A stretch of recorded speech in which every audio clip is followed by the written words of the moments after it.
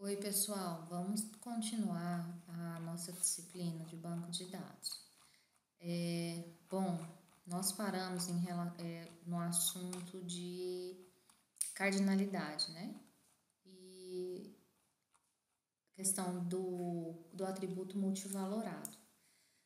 Bom, o que eu quero reforçar? Eu até reforcei no vídeo anterior a utilização de atributo multivalorado. Ela não é recomendada, tá? A gente segue técnicas, regras de banco de dados que ela é conhecida pelo mnemônio ACID, que quer dizer atomicidade, consistência, integridade e durabilidade da informação. Então, todo banco de dados ele tem que garantir a CID. Quando eu falo de atributo multivalorado, eu estou violando a questão da atomicidade, tá bom?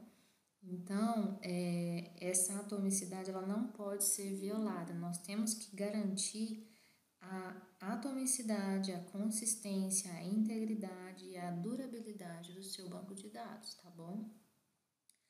Nós vimos aqui porque o livro traz, tá? Em sala de aula eu já tinha mostrado para vocês de uma forma mais prática a disciplina. Como agora nós mudamos e eu estou usando outro método, nós vamos seguir o livro, tá? Então aqui no próprio livro ele fala as razões indesejáveis para a utilização de campos multivalorados, tá bom? Então, não utilizem, tá? Não utilizem. O tópico 3, eu vou fazer um how-to dele.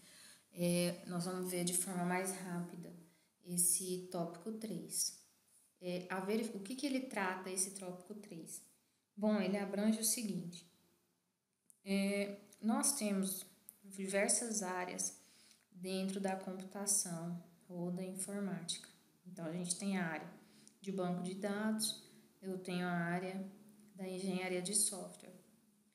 Essas áreas, elas relacionam entre si, tá? Então, assim, técnicas que são empregadas no processo de desenvolvimento do software, o banco de dados, a gente vai empregar isso no processo de desenvolvimento de um banco de dados. Tá vendo que o processo de desenvolvimento de um banco de dados, ele faz parte do processo de desenvolvimento de software, tá? Eles se completam, são áreas que se completam, a gente não pode ver essas áreas de forma isoladas, tá bom? Quando em sala de aula nós fizemos o seguinte, nós fizemos a elaboração de interface gráfica. Quem faz a elaboração de interface gráfica de um software? Tá? É o programador junto com uma área de design, tá? Isso aqui, o programador e design de um software, isso que a gente está fazendo, essa prototipação de baixa fidelidade, são processos que estão presentes dentro da engenharia de software. Tá? Então, vocês já começaram a estudar a disciplina de banco de dados, aplicando técnicas da engenharia de software dentro do processo de desenvolvimento de bancos de dados, tá bom? Então, ele fala o seguinte, olha, nós podemos começar o processo de desenvolvimento de dados, de banco de dados, de duas maneiras. Um banco de dados eu posso começar a ver ele, ter uma compreensão de um problema de uma forma geral e depois eu vou para as específicas, tá bom? Ou eu posso começar das específicas e depois eu vou para geral. E usando sempre com eles técnicas de verificação e validação. Uma das técnicas que vocês viram de verificar se o que eu estou fazendo é o que deve ser feito e validar se está correto. Então, a gente tem feito isso através da prototipagem, de um protótipo de baixa fidelidade. Prototipagem não, através do protótipo de baixa fidelidade, tá bom? Por quê? No tópico 3.1 aqui, ó, um modelo ele deve ser correto, tá? Ele não deve apresentar erros de modelagem. Então, se eu apresentar um erro de modelagem, tá? Modelei o meu banco de dados, fiz tudo bonitinho, implementei em seguida esse banco de dados lá no meu MySQL, por exemplo, as tabelas. Gente, depois de implementado, é só construir um outro banco de dados para alterar isso aí, essa modelagem.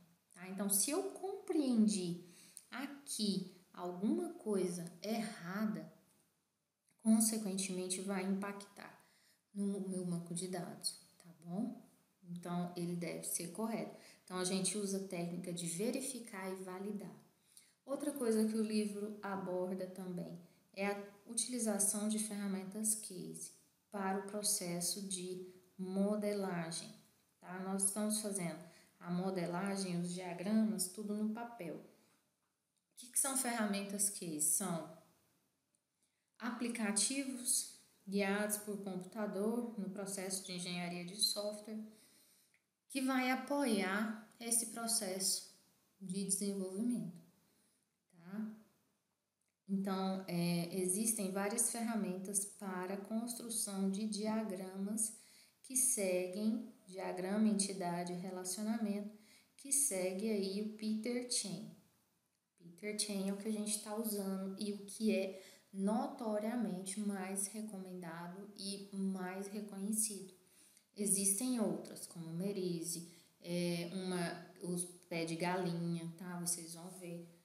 Mas o que vocês têm que saber? O que vocês vão estudar? O que eu tenho que apresentar para vocês?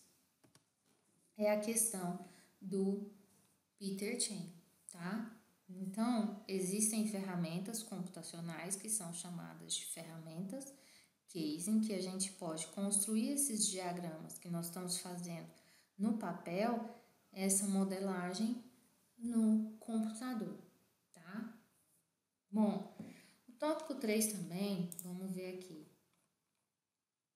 Ele fala que um modelo ele deve ser completo, tá? Então, novamente, eu não posso, depois que eu fiz a modelagem e partir para a implementação lá no SGBD, eu não posso alterar esse SGBD, tá? Então, ele tem que ter todas as propriedades desejáveis de um banco de dados, do banco de dados. Bom, deve ser livre de redundância, a gente vem falando isso. Eu venho trabalhando com vocês as redundâncias indesejáveis. Por exemplo, eu vou falar, eu creio que vocês vão recordar. Quando a gente fez uma análise dos atributos código, uma tabela que tinha nome, código, endereço, telefone, e nessa tabela tinha um CPF. Bom, existe a necessidade de ter um código, a gente tem que analisar de um código e um CPF, por quê? Porque esses campos, eles acabam sendo redundantes, né? Vamos supor, eu posso pôr o código como chave primária, mas se o código é chave primária, existe a necessidade de ter CPF? Ou vamos pensar ao contrário, se eu coloco o CPF como chave primária, existe a necessidade desse código? Não é redundante ter essas duas informações neste cenário, né? Então, assim, esse é um cenário simples, mas que eu acho que dá para entender o conceito de redundância, tá? Que é aquela informação que você pode analisar o seu banco minuciosamente e tentar eliminar essa redundância. Porque a desvantagem da redundância, a gente vai estar gerando informação a mais no meu banco de dados, tá? Isso faz o quê? O meu desempenho, ele diminui, ele vai exigir um maior esforço computacional desse banco de dados. Por quê? Porque eu vou ter um maior número de informação, tá? Dentro dessa tabela. Bom, O mesmo conceito serve para atributos redundantes, então isso aí a gente tem feito em sala de aula. Existe, gente, aqui é bom chamar a atenção, foi bom que eu vi, a redundância controlada. Existem situações no banco de dados em que é viável ter uma redundância, tá?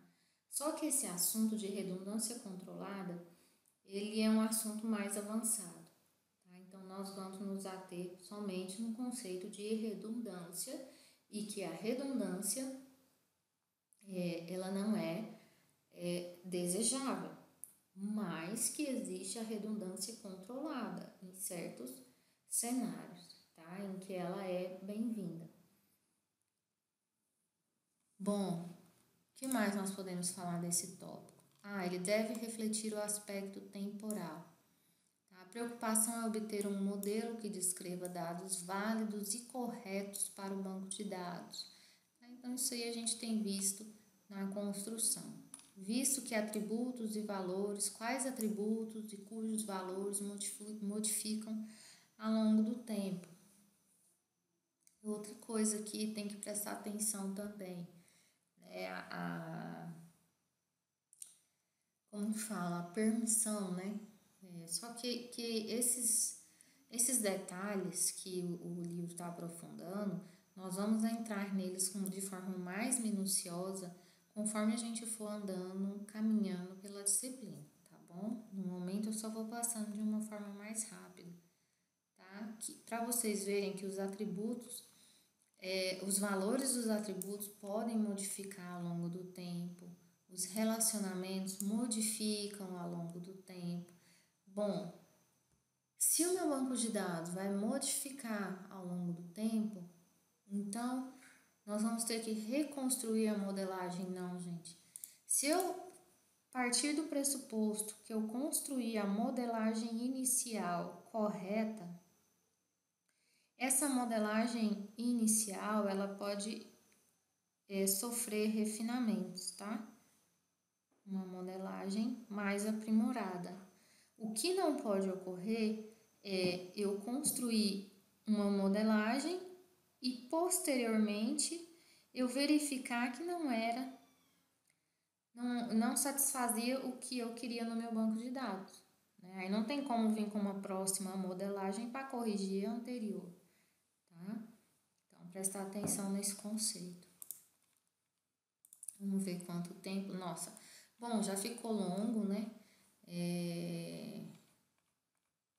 Deixa eu ver se tem só mais alguma. Bom, nós nem mexemos em consultas ainda, então não vamos entrar nesse assunto. Bom, fica essa aula nesse overview, tá bom?